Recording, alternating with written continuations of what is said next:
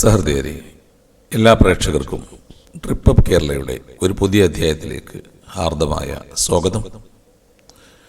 ദേശീയപാത 66-ന്റെ നിർമ്മാണ പ്രവൃത്തികളുടെ ഡ്രോൺ ക്യാമറ ദൃശ്യങ്ങളുമായി ഞങ്ങൾ അവതരിപ്പിക്കുന്ന 67ാമത് എപ്പിസോഡാണ് ഇന്ന് അപ്ലോഡ് ചെയ്യുന്നത്.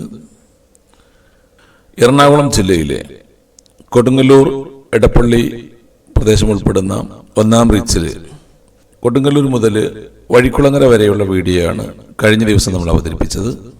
ഇനി വഴിക്കുളങ്ങര മുതൽ ചേരാനല്ലൂർ വരെയുള്ള പ്രദേശങ്ങളുടെ വീഡിയോ ആണ് ഇന്ന് നമ്മൾ അപ്ലോഡ് ചെയ്യുന്നത്. പറവൂർ ബൈപ്പാസ് വഴിക്കുളങ്ങരയിൽ ഇന്ത്യൻ ഓയിൽ പെട്രോൾ പമ്പ് എത്തുന്നതിന് തൊട്ടു മുമ്പായി നിലവിലുള്ള ദേശീയപാതയുമായി കൂടിച്ചേരുകയാണ്. അവിടെ നിന്ന് നമ്മൾ മുന്നോട്ട് പോകുമ്പോൾ റോഡിൻ്റെ ഇരുഭാഗങ്ങളിൽ നിന്നും സ്ഥലം ഏറ്റെടുത്തുകൊണ്ടാണ് റോഡ് വീതി കൂട്ടിയിട്ടിരിക്കുന്നതായി നമുക്ക് കാണാൻ കഴിയുന്നത്. അവിടെ കൈതാരം സൗത്തിലെ ചെറിയ ഒരു വളവ് നിവർത്തിക്കൊണ്ട് റോഡ് പൂർണ്ണമായും വലത് ഭാഗത്ത് നിന്ന് വീതി കൂട്ടിയിട്ടാണ് കൈതാരം ഭാഗത്ത് റോഡ് മുന്നോട്ട് പോകുന്നത്. കൈതാരം ഭാഗത്ത് നിന്ന് നമ്മൾ മുന്നോട്ട് പോകുമ്പോൾ പിന്നീട് നമ്മൾ എത്തുന്നത് ചെറിയാപ്പള്ളി പ്രദേശത്താണ്. ചെറിയാപ്പള്ളി പ്രദേശത്ത് നിലവിലുള്ള കൊടുംവളവ് ഒഴിവാക്കുന്നതിൻ്റെ ഭാഗമായി ആ പ്രദേശത്ത് ഒരു ചെറിയ ബൈപ്പാസ് വരുന്നുണ്ട്. ചെറിയാപ്പള്ളി ജംഗ്ഷനിലെത്തുന്നതിന് അല്പം മുമ്പായി നിലവിലെ ദേശീയപാതയിൽ നിന്നും വലതുഭാഗത്തേക്ക് മാറി ആരംഭിക്കുന്ന ബൈപ്പാസ് ചെറിയാപ്പള്ളി ടൗണിനെ പൂർണ്ണമായും പുതിയ ബൈപ്പാസിൽ നിന്ന് ഒഴിവാക്കിയാണ് സജ്ജീകരിക്കുന്നത്. കഴിഞ്ഞ എപ്പിസോഡിൽ പ്രധാനമായി നമ്മുടെ പ്രേക്ഷകർ കമൻറ്റുകളിലൂടെ രേഖപ്പെടുത്തിയ നമ്മൾ ഓർമ്മപ്പെടുത്തിയ ഒരു പ്രധാന കാര്യം സ്ഥലനാമങ്ങളിലുള്ള ഉച്ചാരണ പിശക് അല്ലെങ്കിൽ തെറ്റുകളാണ്. പ്രധാനമായിട്ടും ഞങ്ങൾ വീഡിയോ ഷൂട്ട് ചെയ്തു പോകുന്ന സമയത്ത് നമുക്ക് ഡ്രൈവിങ്ങിലും ഡ്രോണിലും കോൺസെൻട്രേറ്റ് ചെയ്യേണ്ടത് കൊണ്ട് സ്ഥലനാമങ്ങൾ നോക്കാനോ വായിക്കാനോ നമുക്ക് കഴിയാറില്ല. അതുകൊണ്ട് തന്നെ ഷൂട്ട് ചെയ്ത് കഴിഞ്ഞതിന് ശേഷം വീഡിയോ എഡിറ്റ് ചെയ്യുന്നതിന് മുമ്പായി ഗൂഗിൾ മാപ്പ് ഉപയോഗിച്ച് ഓരോ പ്രദേശങ്ങളും നോക്കി മാർക്ക് ചെയ്യുകയാണ് പതിവ്. അതിൽ പലപ്പോഴും ഇംഗ്ലീഷിൽ എഴുതിയ സ്ഥലനാമങ്ങളെ മലയാളീകരിക്കുമ്പോഴാണ് പല സ്ഥലനാമങ്ങളുടെയും ഉച്ചാരണ പിശക് സംഭവിക്കുന്നത്. നാലുവഴിയെ നാളുവഴിയായും ചേന്നമംഗലത്തിന് ചെണ്ടമംഗലമായും ഒക്കെ മാറുന്നതിൻ്റെ കാരണം പ്രധാനമായിട്ടും ഇത്തരത്തിലുള്ള ഇംഗ്ലീഷിനെ മലയാളീകരിക്കുമ്പോൾ സംഭവിക്കുന്ന പിശകാണ്. എങ്കിലും പരമാവധി അത് തിരുത്തേണ്ടത് തന്നെയാണ്, അത് ആവർത്തിക്കാൻ പാടില്ലാത്തതാണ്. തീർച്ചയായും ഞങ്ങൾ തുടർന്ന് അങ്ങോട്ടുള്ള എപ്പിസോഡിൽ പരമാവധി അത് തെറ്റുകൾ കൂടാതെ തന്നെ അവതരിപ്പിക്കാൻ ശ്രമിക്കുന്നതാണ്. മാന്യ പ്രേക്ഷകർക്ക് പ്രത്യേകിച്ചും അവനവരുടെ നാടിൻ്റെ പേര് തെറ്റായി ഉച്ചരിക്കുമ്പോൾ ഉണ്ടാകുന്ന ഒരു പ്രയാസം അത് നമുക്ക് മനസ്സിലാക്കാൻ പറ്റും. തീർച്ചയായും അത്തരത്തിലുള്ള ആർക്കെങ്കിലും വിഷമങ്ങൾ നേരിട്ടിട്ടുണ്ടെങ്കിൽ അവരോട് നിർവ്യാജം ഖേദം അറിയിക്കുകയാണ്. ചെറിയാപ്പള്ളി കോട്ടുവള്ളി റോഡ് ക്രോസ് ചെയ്തുകൊണ്ട് മുന്നോട്ട് പോകുന്ന ബൈപ്പാസിൻ്റെ നിരപ്പാക്കൽ പ്രവൃത്തികൾ നിലവിൽ നടന്നുകൊണ്ടിരിക്കുകയാണ്. ആ പ്രദേശങ്ങളിൽ മണ്ണ് ഫില്ലിംഗ് പ്രവൃത്തികളും മറ്റും നടന്നുകൊണ്ടിരിക്കുന്നതേ ഉള്ളൂ. ഇവിടങ്ങളിൽ സ്ഥലം അക്വയർ ചെയ്ത് മരങ്ങളും മറ്റും വെട്ടിമാറ്റുകയും അവിടെ ഉണ്ടായിരുന്ന കെട്ടിടങ്ങളും മറ്റും പൊളിച്ചു നീക്കുകയും ചെയ്ത് സ്ഥലം വീതി കൂട്ടിയിട്ടിരിക്കുന്നു എന്നതൊഴിച്ചാൽ മറ്റുള്ള കാര്യമായ നിർമ്മാണ പ്രവൃത്തികളൊന്നും ഈ ഭാഗത്തേക്ക് വന്നിട്ടില്ല. ഇവിടെ ഒരു ചെറിയ തോട് അല്ലെങ്കിൽ ഒരു കനാൽ വരുന്നുണ്ട്. അതിന് കുറുകെ ഒരു പാലം വരുന്നതാണ് നമുക്കറിയാം. അതിൻ്റെ മറ്റു വിശദാംശങ്ങൾ നമ്മൾ നേരത്തെ കഴിഞ്ഞ വീഡിയോയിൽ പറഞ്ഞതാണ്. ഈ റീച്ചിൻ്റെ നിർമ്മാണ ഡീറ്റെയിൽസുകൾ ഏതെല്ലാം സ്ഥലങ്ങളിലാണ്, പാലങ്ങൾ എത്ര മീറ്ററിലാണ് വരുന്നത്, ഫ്ലൈ ഓവർ വരുന്നത് എവിടെയാണ്, അല്ലെങ്കിൽ അണ്ടർപാസ് ഓവർപാസുകൾ എവിടെയാണ് വരുന്നത്, അത് സംബന്ധമായ വിശദാംശങ്ങളൊന്നും നിലവിൽ നമുക്ക് ലഭ്യമായിട്ടില്ല. ഏതായാലും അതിനുള്ള ശ്രമങ്ങൾ നമ്മൾ നടത്തിക്കൊണ്ടിരിക്കുകയാണ്. ആ പ്രദേശങ്ങളൊക്കെ പിന്നീട് നിലവിലുള്ള ദേശീയപാതയെ വീണ്ടും മുറിച്ച് കടന്നുകൊണ്ട് മുന്നോട്ട് പോയ ബൈപ്പാസ് പിന്നീട് കൂനമ്മാവ് പ്രദേശത്തെത്തുന്നതോടുകൂടി നിലവിലുള്ള ദേശീയപാതയുമായി കൂടിച്ചേരുകയാണ്. ഇതുവഴി ഈ പ്രദേശത്തെ പ്രധാനമായ ഏതാണ്ട് 2-3 വളവുകൾ പൂർണ്ണമായും പുതിയ ദേശീയപാതയിൽ ഉണ്ടാവുകയില്ല എന്നുള്ളതാണ് ഈ ഒരു ചെറിയ ബൈപ്പാസ് കൊണ്ട് ഉദ്ദേശിക്കുന്നത്. ചെറിയാപ്പള്ളി ബൈപ്പാസ് നിലവിലെ ദേശീയപാതയുമായി നേരത്തെ പറഞ്ഞതുപോലെ കൂനമ്മാവ് പ്രദേശത്തോടു കൂടി കൂടിച്ചേരുകയാണ്. അവിടെ നിന്ന് നമ്മൾ മുന്നോട്ട് പോകുമ്പോൾ റോഡിൻ്റെ ഇരുവശത്തും സ്ഥലം ഏറ്റെടുത്ത് കെട്ടിടങ്ങളൊക്കെ പൊളിച്ച് നീക്കി മരങ്ങളൊക്കെ വെട്ടി മാറ്റിയിട്ടിരിക്കുന്നതായി നമുക്ക് കാണാൻ പറ്റും. അവിടെ പിന്നിട്ട് വള്ളുവള്ളി പ്രദേശം കഴിയുന്നതോടുകൂടി പിന്നീട് റോഡിൻ്റെ ഇടതുഭാഗത്ത് നിന്ന് മാത്രമാണ് സ്ഥലം ഏറ്റെടുത്തതായിട്ട് നമുക്ക് കാണാൻ കഴിയുന്നത്. അവിടെ പിന്നിട്ട് നമ്മൾ മുന്നോട്ട് പോകുമ്പോൾ പിന്നീട് ഒരൽപ്പം കഴിഞ്ഞ് കാവിൽനടത്തുന്നതോടുകൂടി ഇരുഭാഗത്തു നിന്നും സ്ഥലം ഏറ്റെടുത്തതായിട്ട് നമുക്ക് കാണാൻ പറ്റും. കാവിൽനട കഴിഞ്ഞ് പിന്നീടൊരു റീഅലൈൻമെൻ്റ് ആണ് വരുന്നത്. റീഅലൈൻമെൻറ്റ് അടിക്കുളമാണോ എന്നും ആടിക്കുളമാണോ എന്നും എനിക്ക് സംശയമുണ്ട്. എങ്കിലും അടിക്കുളം എന്ന് തന്നെ ഞാൻ പറയുന്നത്. അടിക്കുളം പ്രദേശത്ത് അടിക്കുളം ടൗണിനെ പൂർണ്ണമായും ദേശീയപാതയിൽ നിന്നും മാറ്റി നിലവിലുള്ള അടിക്കുളം ടൗണിൻ്റെ വലതുഭാഗം ചേർന്നാണ് പുതിയ ഒരു റീഅലൈൻമെൻറ്റ് വരുന്നത്. ചെറിയൊരു വളവ് നിവർത്തുന്നതിൻ്റെ ഭാഗമായിട്ടാണ് റീഅലൈൻമെൻറ്റ് എന്നാണ് മനസ്സിലാക്കുന്നത്. അത് സെൻറ്റ് ഫിലോമിനാസ് ഹയർ സെക്കൻഡറി സ്കൂളിൻ്റെ അടുത്ത് നിന്നോടുകൂടി ഏതാണ്ട് നിലവിലുള്ള ദേശീയപാതയുമായി ജോയിൻ ചെയ്ത് മുന്നോട്ട് പോവുകയാണ്. അവിടെ പിന്നിട്ട് പോകുമ്പോൾ ആ പ്രദേശങ്ങളിലൊക്കെ റോഡിൻ്റെ വലതുഭാഗത്താണ് കാര്യമായിട്ടും സ്ഥലം ഏറ്റെടുത്തിട്ടുള്ളത്. ഇടതുഭാഗത്തുള്ള പ്രധാനപ്പെട്ട ബേ കണ്ടെയ്നർ ടെർമിനൽ ഒക്കെ നമുക്ക് പ്രൈവറ്റ് ലിമിറ്റഡ് എന്ന കമ്പനിയൊക്കെ നമുക്ക് ഇതിൽ കാണാവുന്നതാണ്. ഇതിൽ ചില വിവാദങ്ങൾ ഇതിനു മുമ്പ് ഈ പ്രദേശങ്ങളുമായിട്ട് ബന്ധപ്പെട്ട് ഉണ്ടായിരുന്നു. ഇവിടെ ഈ പ്രദേശങ്ങൾ തിരുമുപ്പം മുതൽ ഈ പ്രദേശങ്ങളിലൊക്കെ തന്നെ വിട്ടുകൊടുത്ത സ്ഥലങ്ങൾ ഏറ്റെടുക്കാതെ പുതിയ സ്ഥലങ്ങൾ ഏറ്റെടുത്തു എന്നതുമായി ബന്ധപ്പെട്ട് നിലവിലുള്ള റോഡിൽ ഒരു വളവുണ്ടായി എന്നൊക്കെ ആരോപിച്ചുകൊണ്ട് പല ജനകീയ സമരങ്ങളും മറ്റുമൊക്കെ നടന്ന ഒരു പ്രദേശമാണ് ഈ തിരുമുപ്പം പ്രദേശം. അതിൻ്റെ വിശദാംശങ്ങളൊന്നും എനിക്കറിയില്ല, എങ്കിലും ഞങ്ങൾ സാന്ദർഭികമായി അത് പരാമർശിച്ചു പോയി എന്നേ ഉള്ളൂ. ആ പ്രശ്നങ്ങളൊക്കെ പരിഹരിച്ചുകൊണ്ട് തന്നെ ആയിരിക്കും ഇപ്പോൾ ദേശീയപാത പ്രവർത്തനങ്ങളായിട്ട് മുന്നോട്ട് പോകുന്നത് എന്നാണ് മനസ്സിലാക്കുന്നത്. കേരളത്തിൻ്റെ ഇതര റീച്ചുകളെ അപേക്ഷിച്ച് പ്രത്യേകിച്ചും വടക്കൻ ജില്ലകളെ അപേക്ഷിച്ച് നോക്കുമ്പോൾ എറണാകുളം ജില്ലയുടെ ദേശീയപാതയുടെ പ്രവർത്തനം വളരെ മന്ദഗതിയിലാണ് എന്ന് പറയാതിരിക്കാൻ വയ്യ. അത് ഇതിൻ്റെ പ്രോജക്റ്റുകളും മറ്റും ഇനിയും വ്യക്തത വരാത്തൊരവസ്ഥയിലാണുള്ളത് എന്നാണ് നമ്മൾ മനസ്സിലാക്കുന്നത്. അഥവാ അതിൻ്റെ ടെൻഡർ നടപടികളൊക്കെ അടുത്ത കാലത്താണ് പൂർത്തിയായത്. ഇതിൻ്റെ പ്രവർത്തനങ്ങളുടെ ആദ്യഘട്ടത്തിലാണ് നിലവിൽ ഇപ്പോൾ ഈ പ്രദേശങ്ങളിലൊക്കെ പ്രവർത്തനങ്ങൾ നടന്നുകൊണ്ടിരിക്കുന്നത് എന്നതാണ്.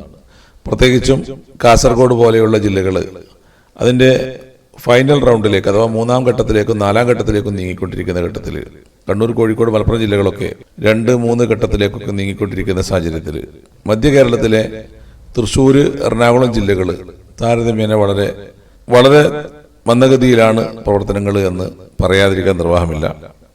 കേരളത്തെ സംബന്ധിച്ചിടത്തോളം മറ്റ് വടക്കൻ ജില്ലകളുടെ പദ്ധതികൾ പൂർത്തിയായി കഴിഞ്ഞാൽ പോലും 1-2 വർഷങ്ങൾ വീണ്ടും എടുത്തിട്ടായിരിക്കും മധ്യ കേരളത്തിലെ പ്രവൃത്തികൾ നടക്കുക എന്നാണ് നമ്മൾ മനസ്സിലാക്കുന്നത്. എങ്കിലും ഇവിടുത്തെ നിലവിലുള്ള പ്രവർത്തനങ്ങളുടെ അവസ്ഥകൾ, വിവരങ്ങൾ ജനങ്ങളിലേക്ക് എത്തിക്കുക എന്നുള്ള രീതിയിലാണ് നമ്മൾ ഈ ഒരു ഡ്രോൺ ഷോട്ട് കൊണ്ട് ഉദ്ദേശിക്കുന്നത്.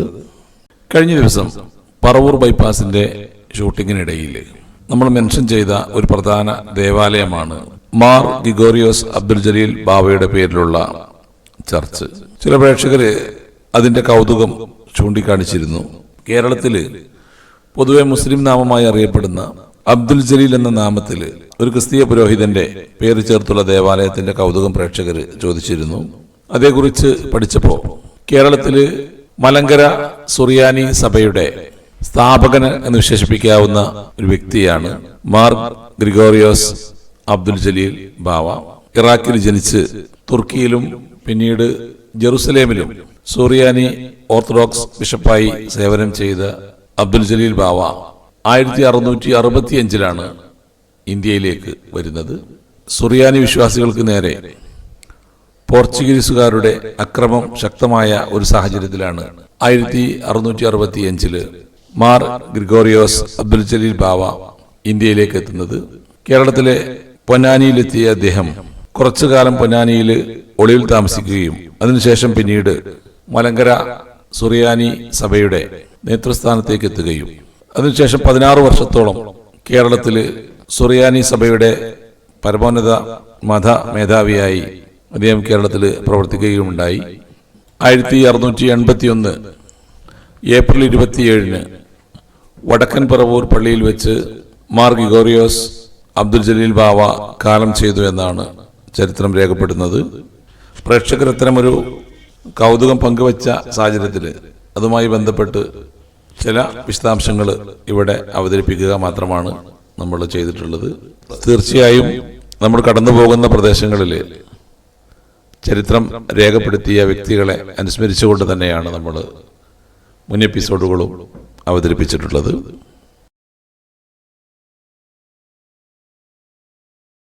വരാപ്പുഴ ടൗണിലൂടെയാണ് നമ്മൾ കടന്നുപോയിക്കൊണ്ടിരിക്കുന്നത്. വരാപ്പുഴ ടൗണിൽ റോഡിൻ്റെ ഇരുവശത്തു നിന്നും സ്ഥലമേറ്റെടുത്തുകൊണ്ട് റോഡ് വീതി കൂട്ടുന്നതായി നമുക്ക് കാണാൻ പറ്റും.